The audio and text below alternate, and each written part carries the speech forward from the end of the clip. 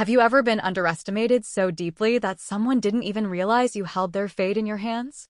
My name is Rebecca Lane. I'm 51 years old, and I live in Stamford, Connecticut. I used to work for a tech company headquartered in Manhattan, where I started as an entry-level support technician and slowly climbed my way up the ladder, quietly becoming the second-largest shareholder after 15 years of silent investing. But no one in the office knew that, not even him. David Thorne, the new CEO, was brought in from a rival firm in San Francisco. He came in cold, talked fast, and made decisions even faster. He had no time for people like me, those who didn't wear expensive suits or throw around flashy phrases in meetings, but who understood exactly how the company ran from the inside out. I worked in systems development, the foundational tech team. We rarely got recognition, but we were the backbone of everything the company delivered. When David arrived, he started restructuring, downsizing, and eliminating anyone who didn't, as he put it, deliver immediate value. Then it was my turn. In a closed-door meeting late on a Friday, he looked at me over his thin-rimmed glasses and said, "Rebecca, I don't see the value you bring. I think it's time we part ways. Frankly, I find you useless." I didn't say a word. I just nodded, picked up my bag, and walked out. Because he didn't know I owned 22% of the company. And just last week, I'd been invited to join the internal board of directors after a vote from the shareholders. All he saw was a middle-aged woman in an old sweater carrying coffee from home. He didn't see the investor who backed the last 3 funding rounds. He didn't see the person who saved the company from an infrastructure crisis in 2017. But he would. Very soon. I sat alone in my old Subaru, parked in the basement garage off 6th Avenue, staring blankly at the steering wheel. His words echoed in my head like a never-ending gut punch. "I find you useless." I've heard plenty of insults in my life, but this one felt different. It wasn't angry. It was a sentence, cold and final. And it came from a man who had just walked in, knew nothing about the company's history, and even less about me. Yet, he had the authority to throw me out like I was a broken piece of code. I didn't cry. But I felt hollow. That night, I didn't say a word to anyone. I didn't text my daughter in Boston, didn't respond to any emails from the investment group. I heated up a frozen pizza, turned on the TV, and couldn't even tell you what I was watching. That feeling of being discarded, like an obsolete piece of equipment, kept me awake all night. The next day, I got an email from HR confirming my termination, effective immediately. No thank you. No goodbyes from the people I'd mentored through hundreds of hours of overtime and crisis support. I had been part of the foundation, and now I was ripped out without a second thought. I started doubting myself. Maybe I was outdated.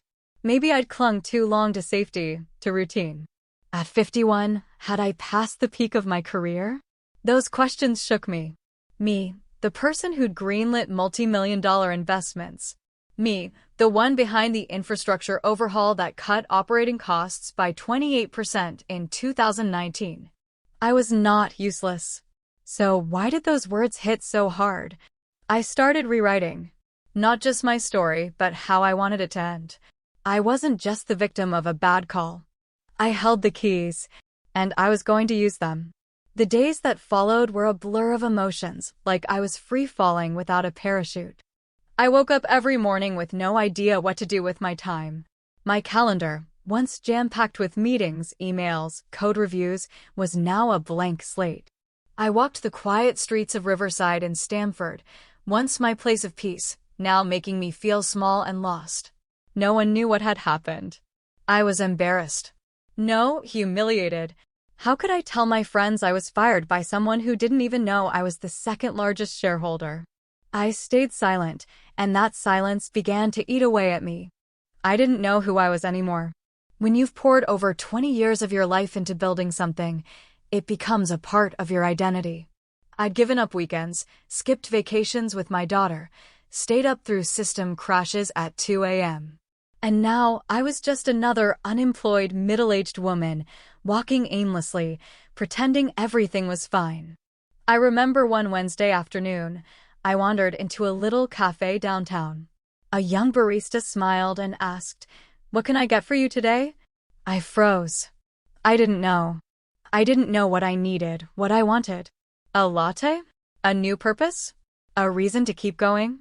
I stepped back from the investment group, temporarily. Cancelled appointments. Ignored messages from the board, the same board that had just welcomed me into the most powerful seat of my life. I needed time. But time, in that moment, was a double-edged sword. It gave me space to think, but also stripped bare every fear I'd kept buried. Fear that I was too old to start over. Fear that my voice no longer mattered. Fear that he was right. But there was one thing I forgot. I wasn't just an engineer. Not just an investor. I was someone who understood this company better than anyone else. I'd been quietly playing the game until I got pushed off the board like a disposable pawn. And that was going to change. The day I started reclaiming myself was surprisingly ordinary. A Monday morning. Light rain. I made coffee, same as always, and without thinking, opened my laptop. Just habit. On the screen were a string of unread messages from the board, none of which I'd touched since I was fired. But this time, one subject line caught my eye. Urgent. Strategic meeting required. Board chair vacancy discussion. I clicked. The message was short, cold, and to the point. The board chair had just announced his retirement due to health issues. The vote for his successor was set for the following week. I sat up straight. There was no more room for grief. I checked my portfolio. I still held 22%, enough to carry weight. I had allies, 2 minority shareholders I'd backed during earlier funding rounds. And I had one massive advantage that David didn't, an intimate understanding of the company's DNA. I wasn't some outsider flown in from another city with a polished PowerPoint. That night, I called Lydia, a longtime board member and someone I deeply trusted. I told her everything. About getting fired. About David's attitude. About the humiliation of being called useless. Lydia was silent for a moment, then said just one thing. "Then it's time he finds out who you really are." I reopened my laptop and pulled up every strategic document I had ever written for the company, including internal AI system proposals David had once dismissed outright. I gathered data, prepared my arguments, and began crafting a 28-page presentation, not to boast, but to prove something. I was never a burden. I created real value. I arranged one-on-one meetings with each board member. No threats, no anger. Just facts. I didn't dwell on being fired. I simply showed them what I could still do for the company and why David wasn't the right person to lead it long-term. I wasn't talking revenge. I was talking vision. But deep down, I knew this was my moment to reclaim the respect that had been stolen from me. And this time, I didn't need him to look at me. I'd make him lower his head. The board meeting was scheduled for Wednesday morning at 9 a.m. at the company's Manhattan headquarters. I arrived early, as I always had. But this time, there was no employee badge, no desk. I was a shareholder now, and I walked in wearing a different role. David wasn't expecting to see me. When he spotted me sitting between 2 senior board members, his eyebrows shot up in surprise. He tried to play it cool.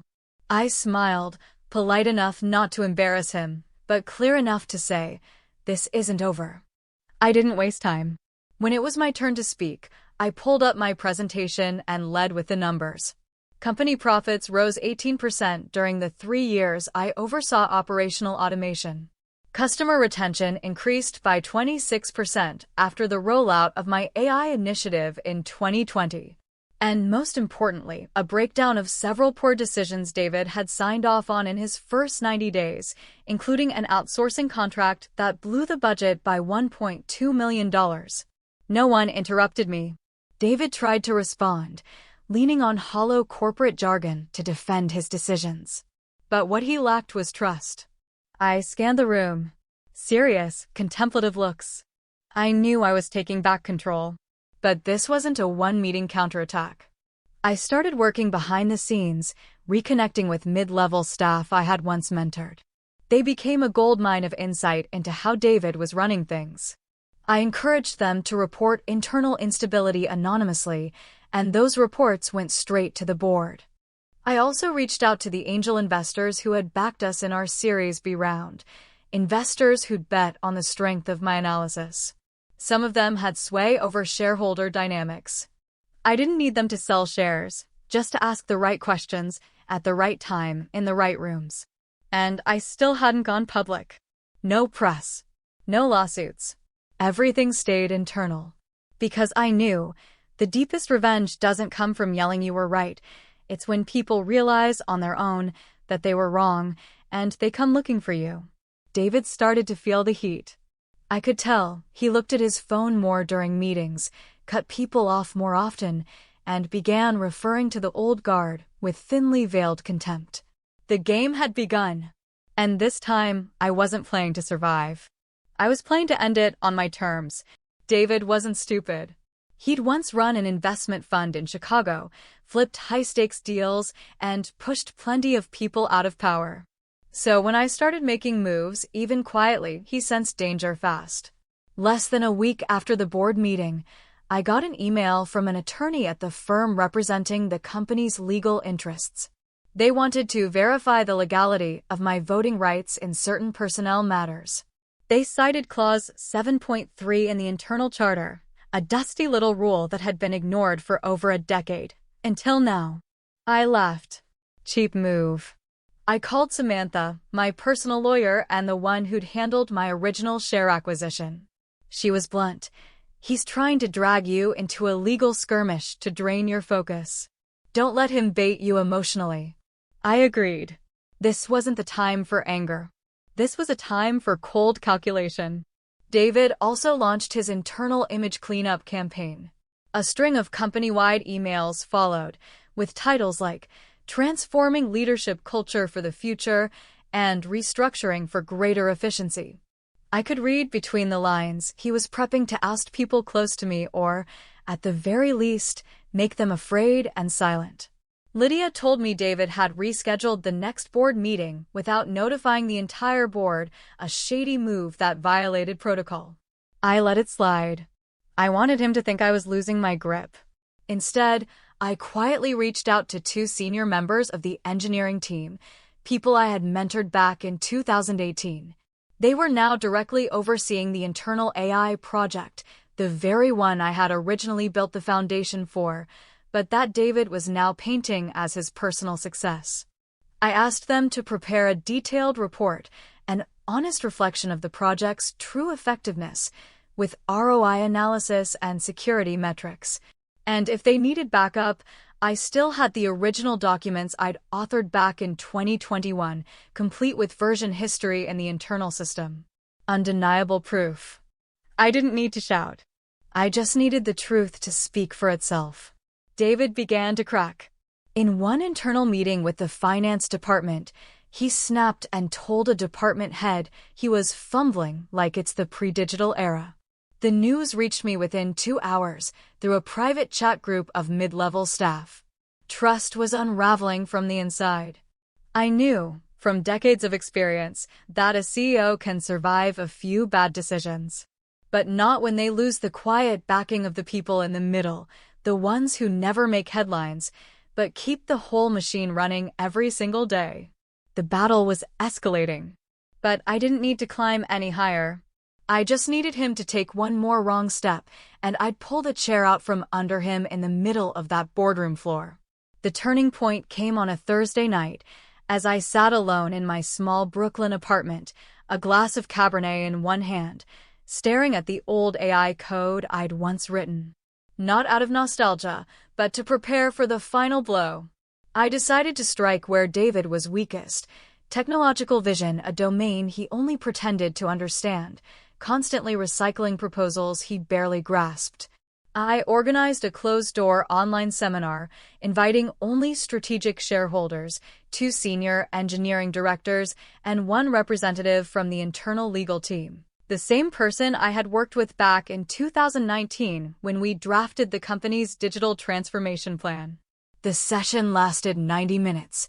I presented the original documents behind the AI project, the conceptual origins, the development roadmap, projected ROI, and most critically, proof that David had altered the recommendation algorithm just to hit pretty numbers. For the quarterly report, even though the system's actual performance had dropped by 14%. No one spoke for a full 10 seconds after I finished. Then Lydia asked, calm but razor-sharp, "Can you verify these figures?" I nodded and shared the internal log records, complete with timestamps, data that couldn't be tampered with. The next morning, an internal analysis report was quietly circulated to the entire board. No name on it. Just independent advisory source. That was the first move. I didn't want to be seen as someone stirring up scandal. I wanted the board to reach their own conclusions. That afternoon, David, true to the temperament of someone who came from the loudest voice wins school of power, reacted exactly as I had predicted. He sent out a scathing internal email accusing certain former staff of sabotaging the company's credibility and blaming the whole situation on outdated mindsets that don't understand technology. What he didn't know was that his email had been forwarded to the entire board within 15 minutes, along with a note from one of the members. This tone is not appropriate for a CEO trying to rebuild trust. That's when I made my move. I proposed a solution. The formation of an independent strategic technology committee with the authority to evaluate the company's entire AI and digital direction. I volunteered to lead it, unpaid. One purpose only: to bring transparency and boost real effectiveness. The board couldn't say no. They needed a path forward. They needed someone who understood the system from the ground up. And more importantly, they needed someone who wasn't David. The very next day, David called an emergency meeting with the interim chair, demanding an explanation for why he wasn't informed about the new committee. But by then, everyone was exhausted. No one was afraid of him anymore. His seat had started to wobble, and I, the one once called useless, was now sitting right beside him. No yelling, no rushing. Just waiting for one last, gentle push. The game had changed. I wasn't just another pawn anymore. I was the one controlling the board. 3 weeks after the Strategic Tech Committee was formed, the shifts began quietly, but unmistakably. Our team's first analysis showed that maintenance costs for the new AI system David had approved had doubled, while the error rate was 27% higher than the legacy system I had built. Some shareholders were furious, not because they liked me, but because their money was going up in flames. Within 48 hours, the board voted to halt the rollout of the new system, pending a full review. It was the first time in David's tenure that the board had publicly overruled an executive decision. At the same time, I started noticing more subtle changes inside the company. Lydia invited me to a small group meeting of mid-level directors under the pretense of tech strategy consulting. Not long ago, these people had avoided me. Now they were sending emails, sharing data, and asking, "What do you think is the best way to rebuild that system?" They no longer saw me as the person who got fired, but as someone who actually knew what they were doing and had the courage to speak up when others stayed silent. I was invited to speak at a tech conference in Chicago. Topic: Rebuilding from Within, Leading Tech with Real Value. My talk was reshared widely on LinkedIn and picked up by financial media outlets. My name started appearing again in business circles, this time not as the person behind the scenes, but as someone shaping a new model of leadership. And David? He didn't show anything outwardly, but I could tell he was losing his grip. In a recent board meeting, when someone asked about the long-term viability of tech contracts under your leadership, David hesitated, then veered off into a vague pitch about our 5-year vision. No one followed up. The battle was tilting in my favor, not because I struck harder, but because I hit exactly where he was weakest: his arrogance and his habit of underestimating people. The early success didn't make me arrogant. It made me more careful. Because I knew in the world of business, the person with the real power isn't the one who speaks the loudest. It's the one everyone starts listening to in silence. And right now, they were listening to me. A special board meeting was scheduled for Monday at 9 a.m. The chair sent out an email with a short subject line: Evaluation of executive performance. Urgent. No names. No further explanation. But everyone knew this was about David. In the days leading up to the meeting, the tension inside the company was like a drawn bowstring. David could feel the pressure closing in, and he began acting like a man on the edge. First, he replaced the head of HR, who had just submitted a not-so-flattering report about turnover in the last 6 months. No one said anything, but discontent spread like wildfire. In internal chats, employees were quietly talking about Plan B if things didn't change. Some even started sending their resumes to competitors. David tried to reclaim authority by calling an all-hands Zoom meeting where he talked about the extraordinary future of our organization and his unwavering commitment to innovation. Strong. But now no one believes in words anymore. They look at the data. They look at who's actually creating value. And they're looking at me. Lydia came to see me late Friday afternoon, after hours. She brought a folder with her. We conducted an anonymous internal survey. Nearly 70% of mid- and senior-level staff don't believe David is capable of leading the company through digital transformation. She paused, then added, "Over 50% recommended you for a strategic executive role." I didn't say anything. I just opened the folder and read through every line. Every number was a sign. Every comment was a whisper becoming a collective voice. That night, I couldn't sleep. I sat in my apartment, staring out at the endless stream of headlights crossing the Williamsburg Bridge. I thought about the day I was called useless, about the condescending look David gave me, about what it felt like to be pushed out of the very office I had helped build over 14 years. And I knew, come Monday morning, I wasn't walking into that boardroom to be forgiven. I was going in to end the reign of a man who ruled by intimidation, not merit. This was no longer just about me and David. It was about two models of leadership, one driven by power and the other by real capability. And the world was beginning to shift. 9 a.m. Monday. Conference room, 43rd floor, headquarters in Manhattan. The entire board was present, some in person, others on Zoom from San Francisco, Houston, and London. The air was thick, like everyone was holding their breath, waiting for something inevitable. David walked in with a forced smile, wearing a gray suit, tablet in hand. He always tried to project confidence, as if the power in the room still belonged to him. But everyone could see, the lines around his eyes were deeper, and his left hand gripped his Parker pen like it was the last bit of control he had.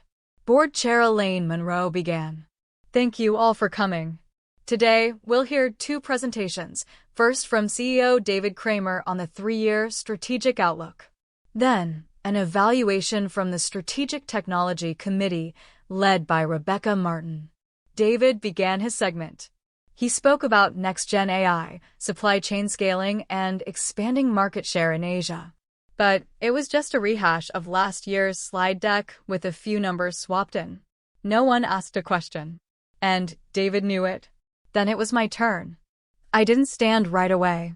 I opened my laptop, connected to the projector, and brought up my presentation, simply titled, "Operational Review and Strategic Recommendations, Internal Data Q1, Q3. Slide 1. A graph showing software maintenance costs rising 48% from Q1 to Q3, with no corresponding increase in system performance. Slide 2. An email from a tech vendor confirming that David had forced down contract prices, which led to the resignation of 3 engineers and delayed the project by 6 weeks. Slide 3. The knockout blow, a recording from a closed-door meeting, where David said, "Rebecca only knows how to write code. Strategically, she's a 0. Firing her was the right call. People like her don't understand executive leadership." Silence. No one looked at David. They looked at me, sitting there calmly, with no anger in my eyes. Just clarity. As if to say, this is the truth. I closed with one simple sentence. We're not losing because of the market. We're losing because the wrong person is in charge. Lydia was the first to speak. I support reevaluating executive leadership. A board member from San Francisco nodded. I agree. The data is clear. Elaine Monroe scanned the room. No formal vote was needed. The atmosphere in the room said it all. David didn't say a word. He stood, straightened his blazer, and walked out. No one followed. No one said goodbye. In that moment, I didn't feel victorious. I felt released. Not for me, for a company that had been run for too long on arrogance and spin. And now, finally, they had chosen honesty and competence. I packed up my laptop, said nothing more. I didn't need to win with words. I won with truth. On my first day after David's departure, I sat in the boardroom, a large, sunlit space with glass windows overlooking Manhattan. I wasn't the same Rebecca Martin from a month ago, the one who'd been pushed out and left with nothing but a sliver of hope. I was the CEO of a company that needed to rediscover its energy, its strength, and its purpose. The company didn't need a leader who was strong in every situation. It needed a leader who could clarify what mattered and guide people toward a shared goal. And I realized that the most important thing at that moment wasn't some grand strategy. It was restoring trust. To do that, I started with something simple: listening. I scheduled one-on-one meetings with every department head, not to check project status, but to ask deeper questions. What do you think is broken at this company? What do you believe this company could become in 5 years? What would make you proud to work here? There were no easy answers. But what I got was honesty, unheard ideas, long-buried tensions coming to the surface. And I began to understand something. This company wasn't lacking talent. It was lacking belief in itself. After that, I held an all-hands meeting. I stood there, looked everyone in the eye, and said, I may not be the best at everything, but I will be someone who listens and learns with you. Every single person here matters. We're not just going to recover. We're going to thrive.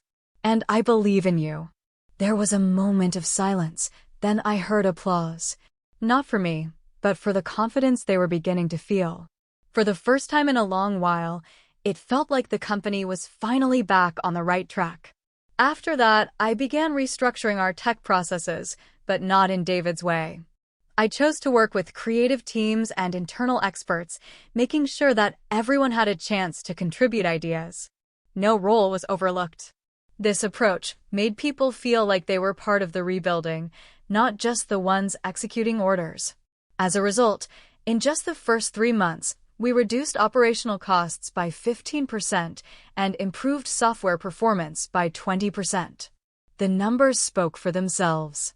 By the end of the year, the company was turning a profit again, not by cutting staff or selling off assets, but by investing in people.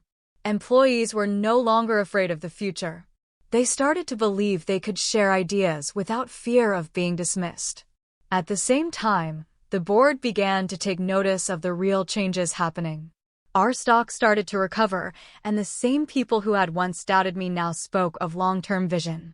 I wasn't the only woman in the room, but I was the only one who truly listened and acted from core values. There was no showmanship, no performative leadership just to score short-term wins. People didn't work hard because I was the CEO. They did it because they believed we were building something that genuinely mattered. It's been a year since I stepped into this role. What was once a company on the brink of collapse has come back to life, and not just survived, but begun to thrive. Looking back, I realized the true transformation didn't just come from replacing people. The real shift came from changing how we lead. To me, leadership isn't about pointing to the right path and demanding people follow. It's about unlocking the potential of others and creating an environment where every individual feels their contribution matters. The first lesson I learned: listening is the most powerful leadership tool. Throughout this journey, I made it a priority to listen. People you might assume have no voice often carry the most valuable ideas. One-on-one conversations with department heads and employees from all levels helped me understand the company's reality and the struggles they faced. Every voice mattered. The second lesson: be grounded. Be precise. David once said the company needed bold decisions, but his were often ungrounded in reality. I've learned that true leaders must rely on data and possess a deep understanding of the present. That's why I worked not only with internal teams, but also brought in external experts to give neutral evaluations. When there's transparency, there's nothing to be afraid of. I didn't follow David's style of leadership: total control, dismissal of differing ideas, and the belief that only I know best. I learned that fostering creative freedom and encouraging experimentation is the key to sustainable innovation. We didn't just improve our systems, we built a culture of innovation where every idea had a chance to be explored and developed. And the most important lesson: real leadership begins with yourself. To lead others, you must first believe in yourself and the value you bring. When David called me useless, it crushed me. But I held on because I believed in what I had done and what I still had to offer. That strength and conviction are what kept me standing. And when I shared that with my team, they began to believe too, in me, in the company, and in themselves. Now, when I walk down the office hallways, I no longer feel fear or tension. I see smiles. I hear passionate conversations across teams. And most importantly, I see eyes filled with purpose and belief. We didn't just recover.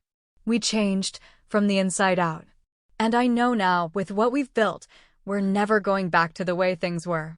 This is what real leadership looks like: not just making big decisions, but building an environment where everyone has the space to realize their full potential. 5 years have passed since I officially became the CEO. The hard decisions, the risky steps, and the sleepless nights, they're no longer painful memories. Instead, I look around and see a resilient, innovative, and thriving company.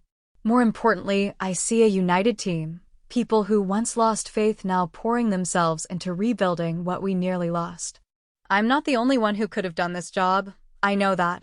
And that's exactly the legacy I hope to leave behind: a new generation of leaders who can carry this company forward without needing me to be present every day.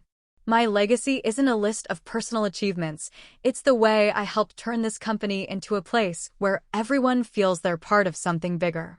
That day, I held a meeting with the entire leadership team. These weren't just skilled professionals, they were people who understood the value of humanity in leadership. I told them, I won't be here forever. And that's a good thing.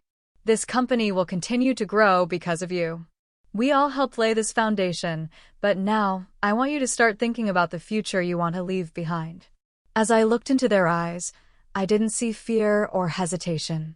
I saw confidence and pride. People who once questioned their own abilities were now ready to lead, to carry the vision forward. And that's when I truly understood: real leadership isn't about where you stand, it's about how you help others rise. The truth is, I can't do everything, but I can build a space where everyone discovers their potential and contributes to something greater. My company is no longer just about profits. We've put people at the center. We've built a flexible, human-first workplace. A place where people can truly maintain balance between work and personal life. We support community initiatives and invest in education. And of course, we continue to innovate, constantly pushing boundaries and reimagining what's possible. Under the leadership of those who come after me, this company will never forget what we've been through. The challenges, the crises, the moments that felt impossible to overcome, they've shaped us, strengthened us, and brought us closer together. The lessons of the past will continue to light the way forward. On the day I decided to step down as CEO, I knew one thing for certain: this company no longer belongs to just me or to David. It belongs to all of us. To every single person who stood up and helped rebuild it from the ashes. And the greatest legacy I leave behind isn't a company, it's a community. One that is resilient, confident, and grounded in its own strength.